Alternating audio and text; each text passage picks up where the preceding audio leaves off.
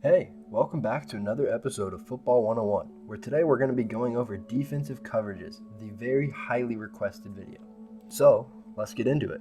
So, what is a coverage? A coverage is a defensive play or scheme that they use to defend the pass. At the base of these coverages are the individual responsibilities of each player, and most of the times they will be doing one or two things. They will either be in man coverage or zone coverage. If a defender is asked to play man coverage, that means he is simply going to mirror his man. He's going to follow his man all across the field, and he's going to do whatever his man does. So you can see a cornerback following a wide receiver all across the field. Zone coverage, on the other hand, is instead of following one guy, you defend one area or one zone. So it is really as simple as the name is. In man coverage, you have your man and you follow that man no matter what. In zone coverage, you have your zone and you defend that zone. Now quickly, before we enter into the different coverages we're going to be looking at today, I quickly want to go over the different names for a lot of the main types of zones in case I use some of them in this video and I don't want to cause any confusion. So let's start at the top and work our way down.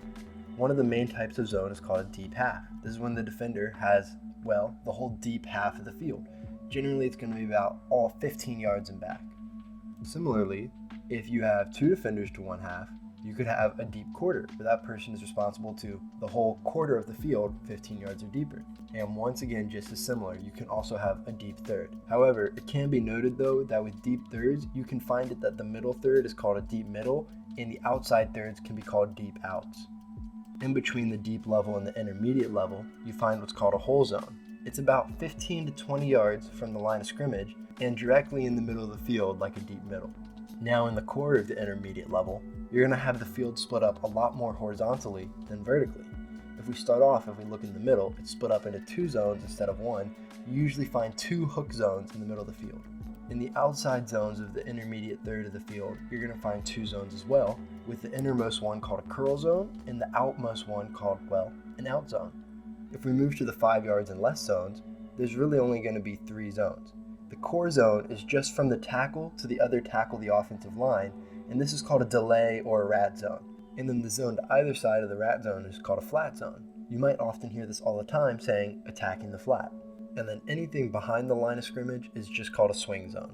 One very important thing to note though about zones is that oftentimes a player's zone won't end up directly in one of these. It'll overlap multiple.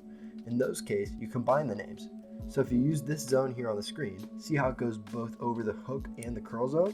This is called a hook curl zone. Or this zone here, you see how it's over both the flat and the curl? This is called a curl flat zone. So now that we have that out of the way, let's start getting into the coverages. We're going to start with cover 0 and work our way up, going through cover 1, cover 2, and we'll see how far we get. So let's start with cover 0. The first thing that we can note is the number in the name corresponds with the safety shell of the play. So with cover 0, there are 0 safeties behind covering deep. This trick can be used for most coverages, but once you get up to cover 6 or cover 7 or anything up in that range, there are some outliers and other rules. There's not 6 safeties back deep. We'll get there when we get there though. So back to cover 0.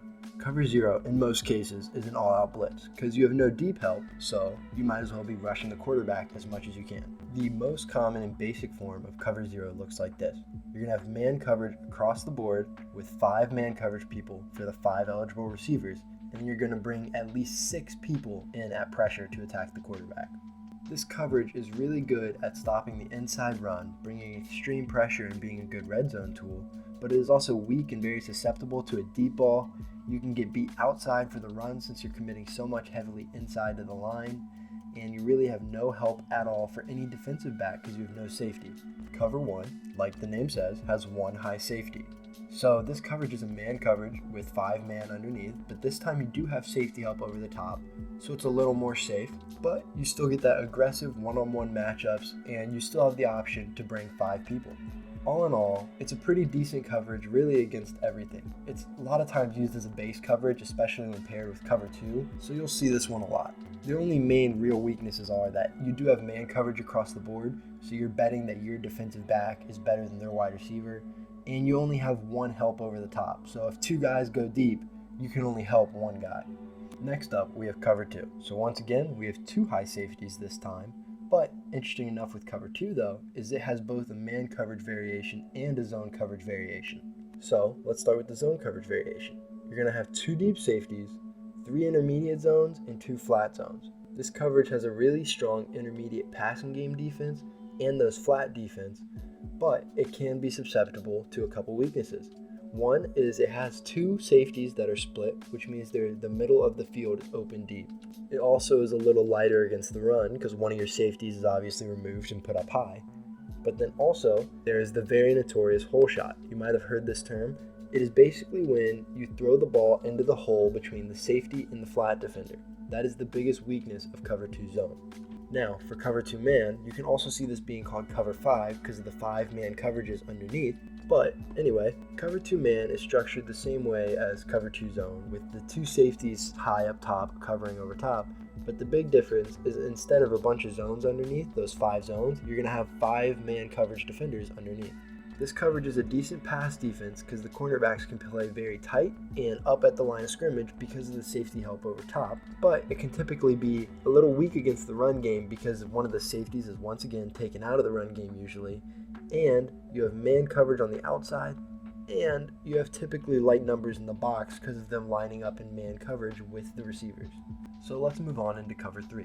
Once again, the number. We have 3 deep safeties into those deep third coverages. For the underneath though, you're typically going to see 4 zones that look pretty much like this. One thing to note though about cover 3 is you won't ever really see a man coverage out of this because then you would only be rushing 3 with man coverage with 3 deep defenders. There's just a lot that could go wrong in the flats and underneath, and it could be very susceptible to the screen game, so just know you're not going to see it. Overall though, this coverage is solid against the run because most of the time, like I said, you're going to be in zone, so they're going to be looking towards the quarterback. It's good against the deep ball with all the deep coverage, and the strong safety is usually actually brought a little closer to the play because the wide corners usually take those outside deep zones. This coverage can be susceptible though to attacks against what's called the seams. Those are the lines or area or, well, the hashes in between each deep third. It can also be susceptible though to attacks in the flat and underneath because you're committing so much effort to the intermediate and deep zones.